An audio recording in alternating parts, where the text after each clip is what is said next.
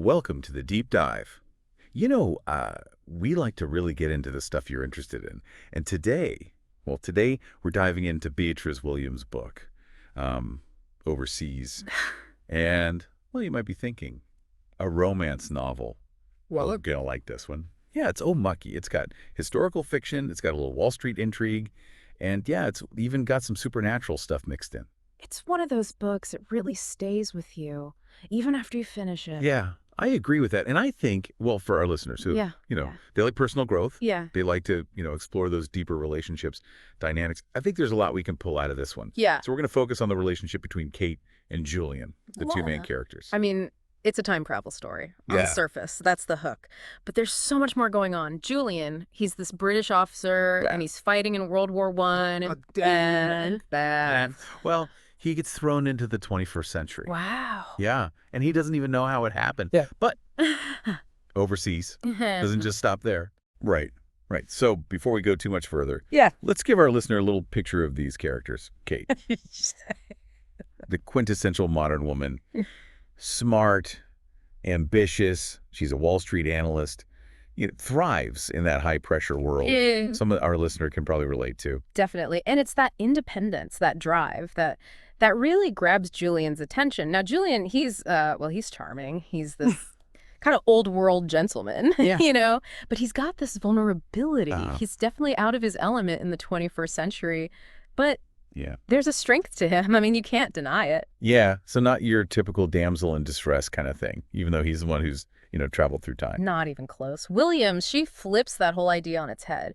Julian, he's attracted to Kate's intelligence, her ambition. I mean, he admires her success in this, cutthroat world of finance. He doesn't try to rescue her or diminish her in any way. I think that's huge because it really sets them up for this relationship that's built on mutual respect. Exactly. And you see that respect throughout the whole book. I mean, there's this one scene Kate gets this really challenging assignment at work. And Julian, he could have dismissed it. But he doesn't. He actually encourages her to go for it. He even uses his knowledge of, history and economics to help her gain an advantage. So he's not just being supportive in a vague sense. Yeah. He's actually using his unique experience to help her succeed. Yeah. That's not something you see every day, especially in a romance novel. You got it. It shows you how much Julian values Kate's ambition. He sees it as part of who she is. Her success isn't a threat to him or his masculinity or even, their dynamic. Right. Which brings us to a crucial part of their relationship, something I know you're interested in, healthy boundaries. Yes, that's such a big one. Because, they've got this undeniable attraction, this passion. But Kate, she never loses herself in it all. She stays focused on her goals, her aspirations. And that's a testament to both her character and Williams' writing. I mean, Julian, by nature, he's protective, given, his war experiences, but he never becomes controlling. That's interesting. You'd think, well, a guy coming straight from the trenches of World War I, he'd have a pretty set view of, how the world works. Right. But it's fascinating. He adapts. Julian adapts. He's protective, yes, but it's about ensuring Kate's safe. He's not trying to control her choices.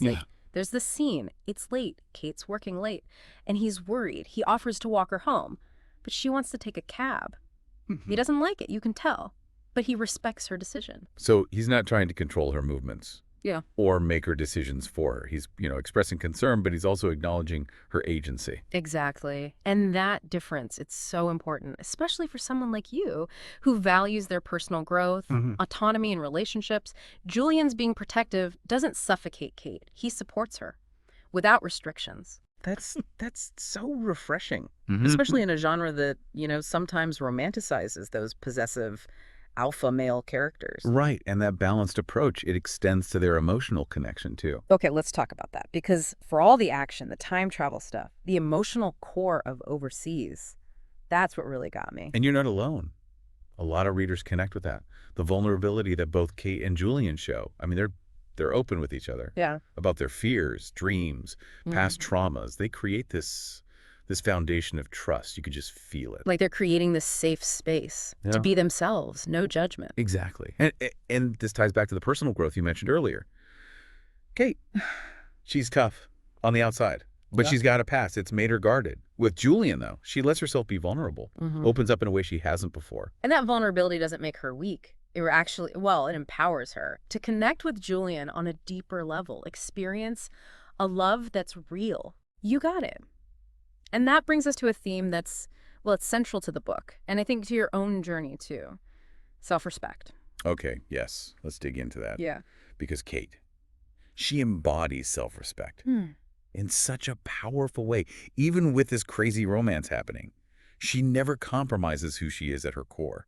And you see that in a lot of ways. First, her career. She's passionate about her work. Wall Street. Julian's amazing, but she doesn't let him, or their relationship, overshadow her professional goals. She's not giving up her dreams, her independence, for love. And that's a big deal for anyone, especially if you're in a demanding career like you are. Love shouldn't be about sacrificing your dreams. It's about finding someone who supports those dreams, celebrates them. Which, in a way, is what Julian does. He doesn't try to, put her in a box, make her fit some traditional role. Absolutely. And that brings us to another example of Kate's self-respect. She challenges Julian when he gets too secretive or tries to control things. Oh, yeah. That scene where she confronts him. Yeah. About his past. Why he keeps things from her. She doesn't just, accept his explanations.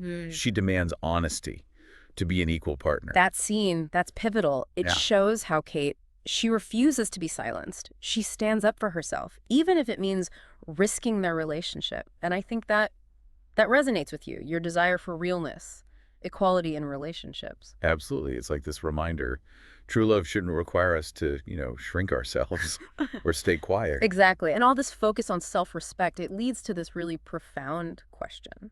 Is it better to be single and keep your self-respect than be in a relationship that makes you compromise your values? Wow. That's a powerful question. And I think it's one a lot of us have probably thought about at some point. Definitely. And I think Kate's journey in overseas, it gives us some really insightful answers to that. And we can explore that more in a bit. No, I'm hooked. Let's keep going. So before we get too deep into Kate's journey, there's this one thing about the book that really stood out to me. Williams. She doesn't just throw these characters together. It's not a vacuum. She puts them in these really rich settings. And those settings, they shape the characters, their choices, their motivation. We're talking about the Wall Street setting for Kate. And then, World War I for Julian. Right. Exactly. Take Kate. She's navigating this world. High finance, it can be cutthroat, transactional. There's this scene, she's at this networking event, surrounded by all these colleagues, and they're all focused on appearances, status. It's not about genuine connection. It's like that pressure to be with the right person. Yeah. Someone who, elevates your status, not someone you actually connect with. Yeah, exactly. And Kate, she could have easily fallen into that trap, settled for a relationship that looked good on paper, but was, empty. Especially in that environment. Yeah. Where everyone's trying to, one-up each other. Not just at work. Yeah. But socially, too. Yeah. Right. But Kate, she resists that. She sticks to her values. Yeah. And she chooses to be single, rather than, compromise her standards. And it goes back to that question we asked earlier. Is it better to be single and maintain your self-respect than be with someone who makes you less than who you are? It seems like for Kate, the answer is a resounding yes. Definitely. And her relationship with Julian, it reinforces that even more. Their relationship is so strong because it's a choice, not a need. She's not with him because she's lonely or needs to fit in. She's with him because she genuinely connects with him intellectually, emotionally. It's like she's saying, I'm complete on my own, but you add something special. Exactly. And that sense of being whole, it's so important for a healthy relationship. It lets Kate come to the relationship from a place of strength, not neediness. Okay, I want to switch gears for a second. Talk about Julian's experience. I mean, he's not just navigating a new relationship, he's navigating a whole new century. What are some of the challenges he faces? And how do those challenges, shape his interactions with Kate? That's a great question. And Williams, she does such a good job portraying that fish out of water feeling. Imagine, you're in the trenches of World War I, and boom, you're in a world of smartphones, skyscrapers, social media. Talk about sensory overload. I can't even imagine. It'd be like learning a whole new language, a whole new way of life. Exactly. And it adds this layer of vulnerability to him. I mean, he's a decorated officer, used to being in charge, but in the 21st century, he's often literally lost. So how does that vulnerability affect his dynamic with Kate? Does it make him, dependent on her? Not really. He relies on her, sure, to help him navigate this new world, but he never forgets his own strength. his capabilities. There's this scene, they're at a museum. He's completely unfamiliar with modern art, but he still engages with it, you know, discusses it. He even makes connections to art from his own time. So even though he's out of his element, he's still, like, intellectually present, showing Kate that he's more than just a, man out of time. Exactly. And that intellectual curiosity, that's one of the things that draws Kate to him. It's not just his looks or charm. She's stimulated by his mind, his unique perspective. It's like they challenge each other intellectually, make each other think differently, see things from new angles. Exactly. And that intellectual connection, it's essential for a relationship that goes beyond the surface. It sustains their bond even after the whole, time travel novelty wears off. Okay, so we've talked about how Kate and Julian, they both approach the relationship with this strong sense of self and their intellectual connection. It adds this depth. But there's another element to their dynamic I want to explore, the power of shared values. Oh, absolutely. Because beneath all the surface stuff, her being a modern woman, him being, him, they share this core set of values that binds them. What kind of values are we talking about here? Well, for one, they're both fiercely independent. They've both faced challenges that have made them rely on themselves, their own strength. And that shared experience, it creates this understanding, this empathy. It's like they recognize that strength in each other, and they admire it, respect it. Exactly, and that shared value. Independence. It also translates into respect for each other's boundaries. They understand that. Even though they're in love, they're still individuals with their own needs. So they're not trying to become one person. Right. Or lose themselves in the relationship. Not at all. They celebrate their individuality. Yeah. While also, cherishing their connection. And that balance, I think it's what makes their relationship so aspirational. It's a reminder that love, it shouldn't be about sacrificing who you are. It's about finding someone who complements you, enhances you. Beautifully said. And that leads us to another shared value that Williams portrays so well, integrity. Okay, well, let's talk about that. How does integrity play out in their relationship? Well, they're both deeply principled. They have this strong moral compass, and it guides them, even when they face tough choices. Can you give an example of how that works in the book? Sure. There's this part. Kate uncovers some shady stuff at her firm, and she's torn. Does she expose the truth or protect her career, Julian? With his, old-fashioned sense of honor. He doesn't hesitate. He tells her to do what's right, even if it puts her job at risk. So he's not telling her to take the easy way out or to choose her career over her principles. No way. He sees her integrity as part of who she is, and he wouldn't want her to compromise that for anything. It's like he's saying, I love you for you. And that includes your sense of right and wrong. Exactly. And that mutual respect for integrity, it's what makes their relationship so strong. It's a foundation of trust, authenticity that can handle anything. So shared values, they're huge. It's not just about the romance, the sparks.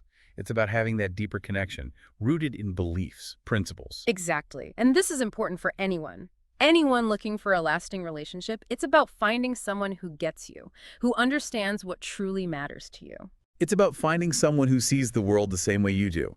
Someone who shares your sense of, right and wrong, supports your dreams, challenges you to be better. Absolutely. And Kate and Julian's story, with all the time travel stuff, it ultimately offers this powerful message about love that lasts, love that's rooted in respect, shared values, and this deep understanding of each other's souls. And, talking about souls and connections, it makes me think about that supernatural element. We haven't really talked about that yet. Right. How does that fit into the whole story? That's a great point, because it's not just a gimmick to get Julian into the future. It's actually this metaphor for the mysteries of love and fate. Okay, now I'm really intrigued. Tell me more. Well, the book never really explains how or why Julian travels through time. It's just this force beyond his control, like destiny. And it's kind of like love in real life, don't you think? You mean that feeling of being swept off your feet, like you're drawn to someone, but you can't explain why? Exactly. And just like time travel, love can feel like something we can't control. We don't always choose who we fall for. It just happens. And that makes it even more, magical, special. Absolutely. And I think that's what Williams is trying to show us in Overseas. It's not just a love story. It's about exploring the human heart, those forces that draw us to certain people, those forces that make us feel truly alive. And that brings us back to Kate and Julian. Even though they meet because of this, supernatural event, their love feels real, earned. Exactly. Because it's not just about how they met. It's about how they choose to relate to each other, how they build that foundation of trust, respect, shared values. So the time travel, that might be what brought them together, but it's their character, their values, their willingness to be vulnerable. That's what makes their love story so powerful. Beautifully said. And I think that's the ultimate message of the book. Love, true love, it transcends time, circumstance. It's about finding someone who sees you, understands you, cherishes you, for you, flaws and all. And that's a message that, well, it resonates, whether you believe in time travel or not. Absolutely. It's a message about that human need, that longing for connection, belonging, for a love that makes you feel truly seen, understood. Okay, so we've talked about all these positive things about their relationship, the respect, the shared values, the communication, the understanding. But I can't help but wonder, are there any challenges, potential pitfalls, as their relationship grows? That's a great question. I mean, we have to be honest. Even the best relationships, they have their complexities. So what are some of the challenges Kate and Julian might face down the line? Well, one challenge, it comes from the very thing that makes them so unique. Their different backgrounds, their experiences. You mean like he's from the early 1900s and she's a modern woman? Exactly. There are different perspectives. They can lead to amazing conversations, make them think. But they can also cause, misunderstandings, friction. It's like that saying, you can't teach an old dog new tricks. It's not that Julian can't adapt. It's just that. Some values, some assumptions, they're so ingrained, they're hard to change. Exactly. And that could definitely lead to conflict, especially when it comes to, gender roles, societal expectations, even, everyday things, technology, social norms. So how do they deal with those clashes? Through patience, understanding, a willingness to learn from each other. Kate has to be patient with Julian. While he adjusts, and Julian, he has to be open to challenging his own assumptions, embracing new ways of thinking. It's like they have to meet in the middle. Recognize that both their perspectives are valid. Valuable. Exactly. And that process of bridging the gap between their worlds, that's what makes their relationship so interesting to watch. It's not always easy. Right. But their commitment to each other, their willingness to grow together, that's what makes it so inspiring. So it's not just about falling in love. It's about that constant work of understanding, accepting, celebrating each other's differences. Beautifully put. And this brings us to another potential challenge, one that's especially relevant to our listener, and their personal growth. Okay, I'm curious. What are your thoughts on this? Well, we've talked about how independent Kate is, how much she values her freedom, her autonomy. Julian respects that, but he also has this innate desire to protect her. You mean his instincts to protect her might clash with her need to, make her own choices? Exactly. And that could create tension, especially if Julian's protectiveness starts to feel, controlling, stifling. So it's about finding that balance between caring for someone and respecting their need to, be their own person. Exactly. And that's where communication is so important, and compromise. Kate needs to be honest with Julian about needing space, and Julian, he needs to learn to trust Kate's judgment, let go of that need to control. It's about recognizing that love.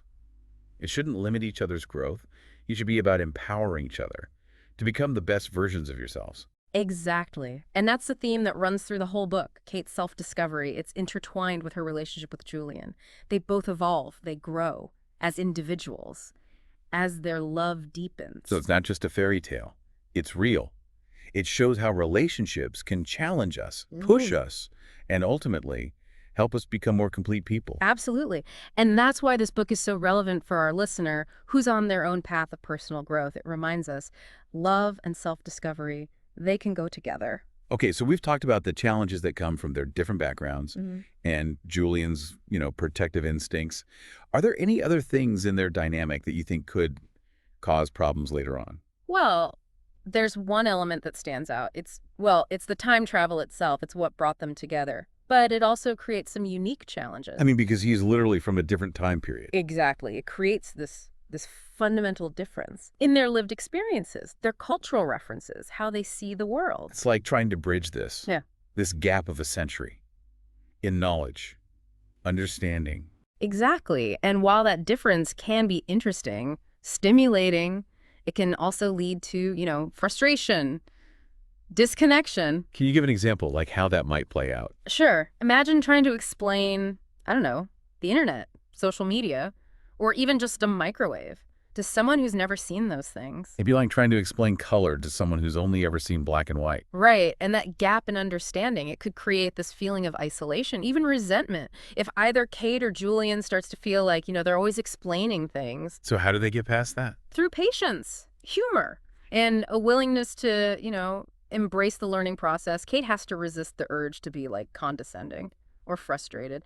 And Julian, he has to be humble, admit that he doesn't know everything, and be eager to learn from Kate. It's about finding the humor in their differences, celebrating those unique perspectives, and embracing the chance to, expand their worldviews. Exactly. And that's a valuable lesson for any relationship, whether there's time travel involved or not. We all come from different places, different experiences.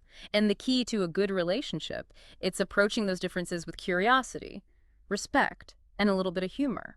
So Kate and Julian's story, it's extraordinary, but it also shows these very relatable challenges that we all face in our relationships. Absolutely. And I think that's what makes Overseas so good, so engaging. It blends fantasy and reality, romance and introspection, and it leaves us with these variable insights about love, loss, and the human spirit.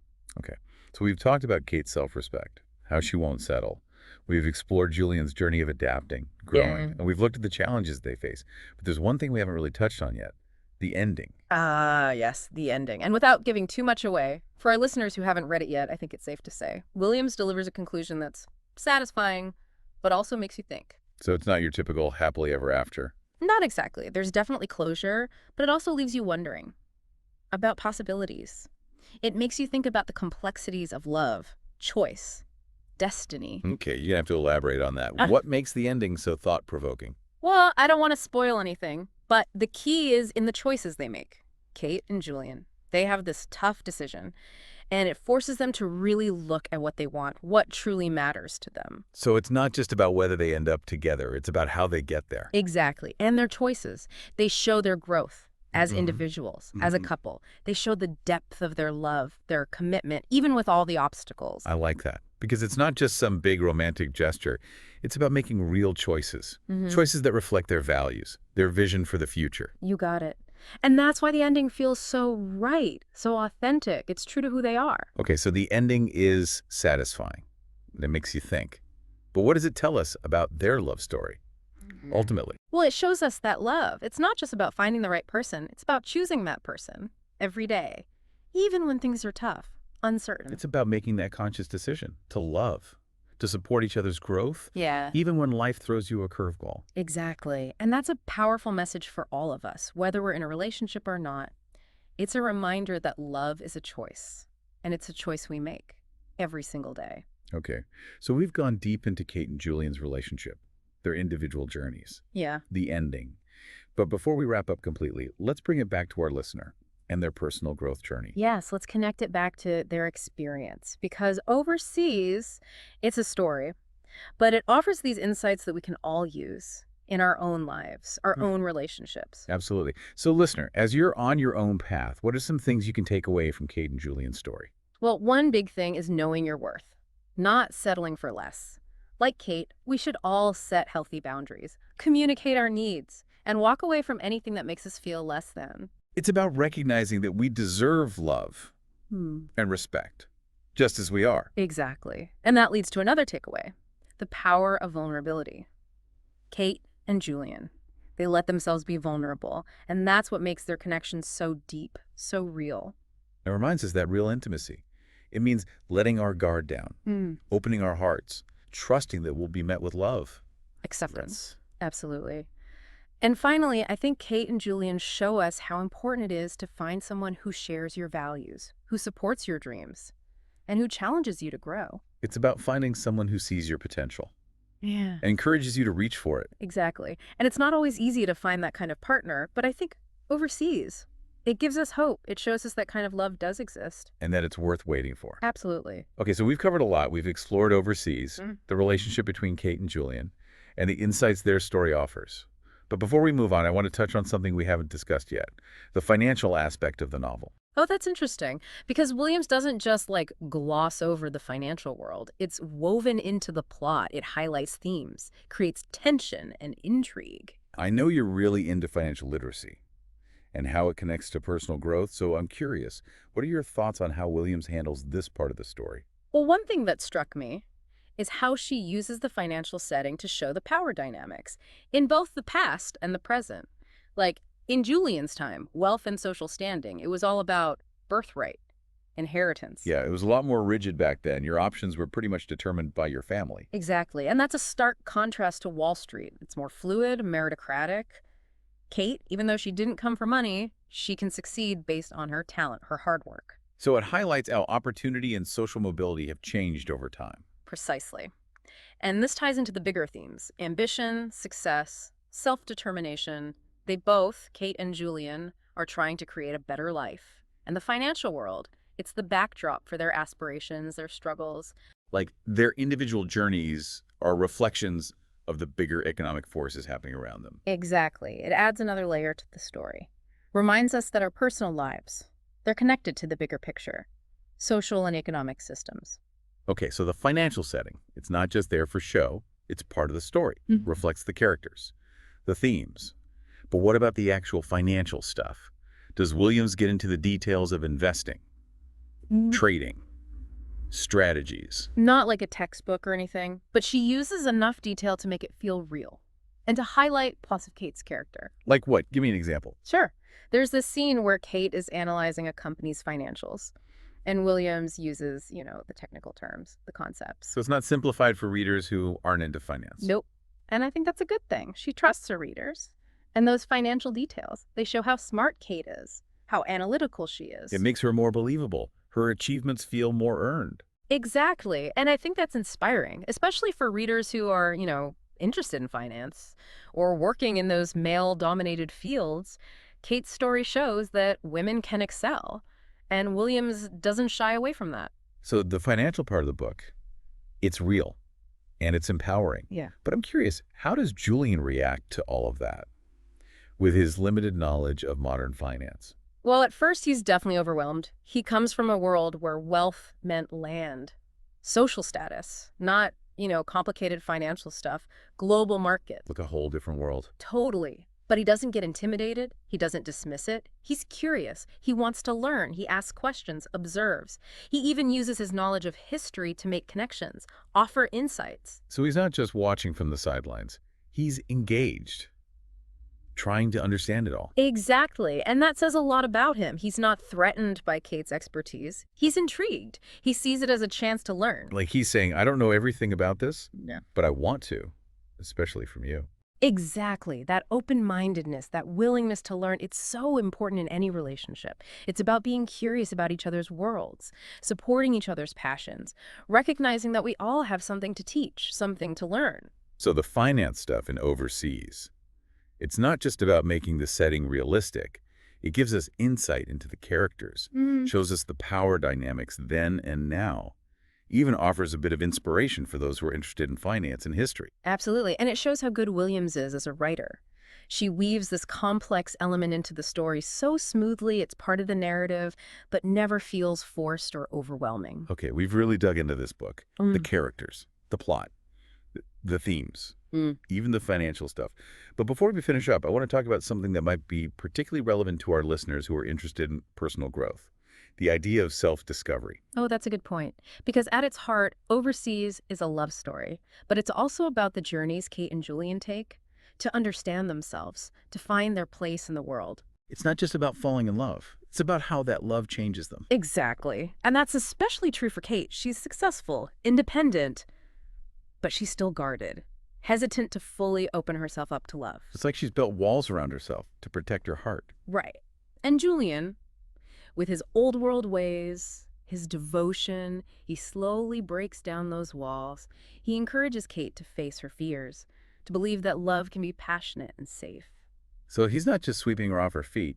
He's helping her see herself differently, to see that she deserves love, happiness. Exactly. And that journey of self-discovery, it's not always easy. Kate has to face hard truths about herself, her past, and she has to make choices that align with what she truly wants. She's shedding those layers of self-doubt, insecurity, to become the strong, confident woman she's meant to be. Beautifully said. And I think we can all relate to that, whether we're in a relationship or not. It's about learning to love ourselves, accepting ourselves, and knowing that we deserve happiness.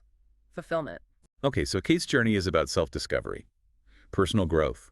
What about Julian? Does he change too? Definitely. His journey might not be as focused on self-discovery as Kate's, but he transforms too. How so? What kind of transformation? Well, at the start, he's very much a man of his time, a soldier, honorable, dutiful, with a strong sense of tradition, propriety. His worldview is shaped by his upbringing, his experiences in the war. Exactly. And when he lands in the 21st century, that worldview is challenged. He sees new ideas, new technologies, new social norms. It makes him reevaluate his beliefs, expand his understanding of the world. It's like he's entering a whole new reality, stepping outside his comfort zone. Exactly. And that process of adapting, of growing, that's what makes him so interesting. He doesn't resist change. He welcomes it. He wants to learn, to challenge his own ideas, to become a better, more enlightened person. He's letting go of rigid beliefs, embracing new perspectives. You got it.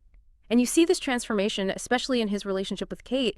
He learns to respect her independence, to challenge his own desire to protect her, to embrace the equality and partnership they have. So they're both growing, evolving, both as individuals and as a couple. Absolutely. And I think that's a key takeaway for any relationship. Find someone who supports your growth, who challenges you to be your best, who goes with you on life's journey. Someone who sees your potential and pushes you to reach for it. Beautifully said. And I think that's a perfect way to transition to the last part of our deep dive. Okay, I can't wait to hear what you have in store for us as we wrap up this exploration of overseas. Oh. It's interesting, right? As we've been talking about overseas, it's more than just a romance. It's like this mirror reflecting what we all want, that love that's passionate, but also respectful. Something I know you think about a lot. Yeah. It's almost like Williams. She wants us to think about ourselves too, you know? The reader. She makes us look at our own relationships and ask these kind of tough questions like, what compromises are we making? Where are our boundaries? What do we really want in a partner? Right. Because it's not about finding a time-traveling soldier. It's about those deeper longings for a connection that's more than just, surface level. Exactly. And that's why the ending on the book is so interesting. I don't want to give anything away, but it's not a simple ending. It doesn't wrap everything up perfectly. It leaves you with questions and this feeling of possibility. Yeah, and I think that's a good thing. It makes us think harder about love, about the choices we make. And for you, listener, I think overseas is like this invitation to imagine yourself in Kate's shoes. If you think about it, what would you be willing to give up for love? Are there things you'd never compromise, no matter how amazing the romance? And beyond the romance, how do you balance your own dreams with wanting that connection? Do you want someone who, complements your strengths or someone who pushes you to grow?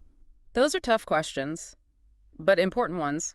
Overseas doesn't give us all the answers, but it gives us a way to ask those deeper questions about love, self-respect, the choices we make in our own lives.